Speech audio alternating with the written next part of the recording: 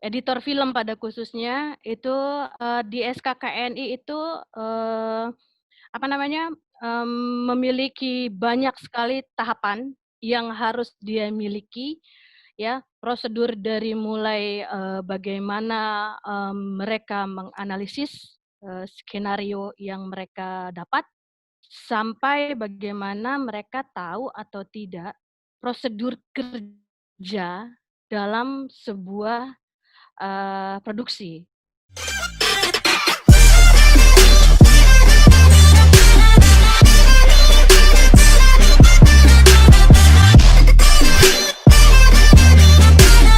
Jadi seorang editor itu kita sense of, storytelling itu wajib banget dia punya, apalagi sense of editing. Itu amat sangat wajib apalagi, di film ya sense of editing itu baik sutradara, editor, DOP, kameramen itu DOP maksudnya bukan kameramen tapi DOP, itu, harus dia miliki sense of editing itu sendiri. Nah, sense of, storytelling itu adalah kesadaran bagaimana kreativitas dia itu menyusun shot by shot-nya, menjadi scene by scene-nya, menjadi, akhirnya menjadi sebuah segmen atau menjadi sebuah film utuh. Nah, itu kan harus dimiliki, oleh seorang editor gitu. Dengan caranya apa? Banyak, banyak sekali dia analisisnya, ya bagaimana dia juga harus bisa mentransfer, knowledge-nya dia terhadap asisten gitu. Jadi bukan, menjadi seorang editor itu juga bukan hanya sebatas dia mengedit, dia bisa nyusun, dia bisa enggak seperti itu. Karena dia bermain rasa, dia bermain secara logika, dia bermain secara, apa namanya, ritme dan lain-lain, itu hal-hal yang memang kadang-kadang, nggak mudah untuk dijabarkan, tapi itu harus dimiliki dan bagaimana caranya sebenarnya, untuk mencapai ini, itu skill, knowledge, attitude itu nggak bisa lepas. Itu yang sangat dibutuhkan oleh seorang pekerja yang, profesional dan kompeten, yang seperti itu, hal yang seperti itunya. Nah di sini, untuk editor sendiri dia ada di level 7. Level 7 itu ahli perdana, jadi dia itu seorang, profesional. Asisten editor 2 itu adanya di level 2 gitu kan. Jadi kalau misalnya, tahapan untuk menjadi seorang ahli, tahapan untuk menjadi seorang profesional itu, memang tidak bisa instan, hal-hal seperti itu harus kita akui gitu kan. Dan untuk misalnya asisten 2 itu sendiri pun juga itu adalah kaki tangan seorang editor.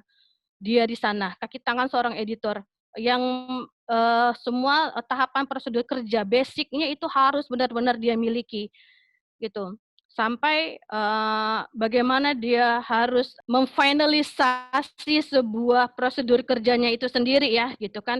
Nah itu asisten editor satu itu amat sangat, penting jadinya, asisten editor satu bukan hanya berhubungan dengan administrasi aja, tapi secara teknis pun, dia itu amat sangat bertanggung jawab.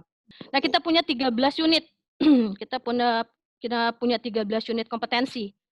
Nah, kalau editor, khususnya editor, dia harus tahu dari 1 sampai ke 13 itu kalau editor dia harus, menguasai, dia harus menguasai semuanya, ya. Nah, untuk asisten satu, dia, dari 1 sampai 2 dan, eee eee, 6, 7, 8, sampai ke 13 dia harus kuasai. Dan untuk asisten 2 dia itu, dari mulai, unit, nomor 1 sampai 2 dan, dia membantu di 12 dan 13. Nah memang kalau misalnya di, asisten 2 dia untuk tanggung jawab pekerjaannya tidak sebesar asisten 1 ya gitu kan.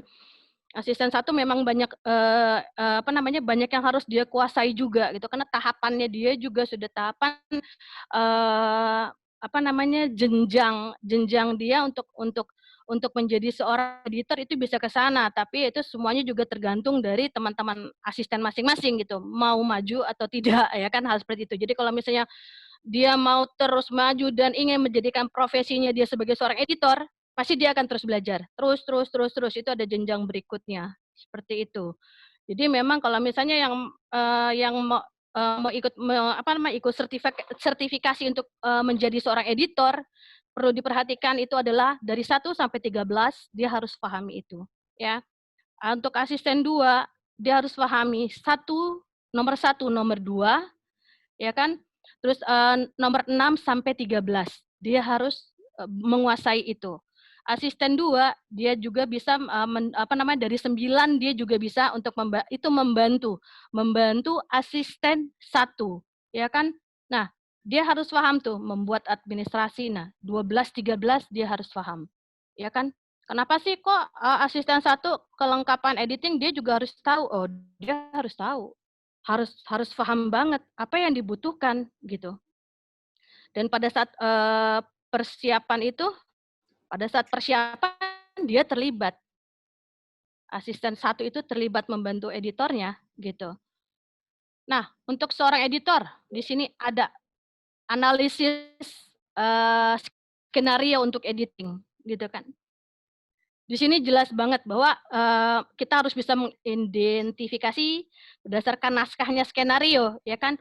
Baik tokoh, tempat, ya kan, ruang waktu peristiwa, itu bisa kita baca dan kita bisa analisis dari skenario. Karena di situ, mood ataupun, pesan itu kita bisa baca dari skenario. Tapi tidak hanya membaca, tapi kita harus menganalisis.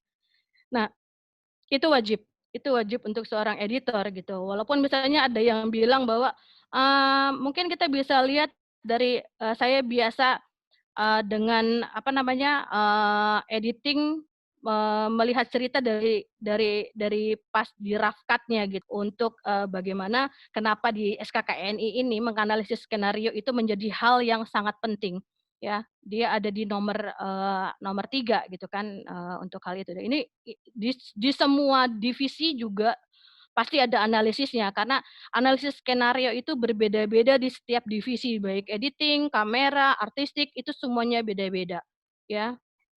Ya yang tadi saya bilang, yaitu kan bagaimana kalian menganalisis dari skenario itu ruang, waktu, peristiwa, adegan itu kan, tokoh semuanya dan dari analisis skenario itu, editorial thinking kita harus sudah berjalan. Ya, dengan menganalisis skenario kita sudah editorial thinking kita sudah berjalan pasti secara struktur, emosi kita belum punya gambar sebenarnya. Nah, itu amat sangat, penting untuk seorang editor, film pada khususnya.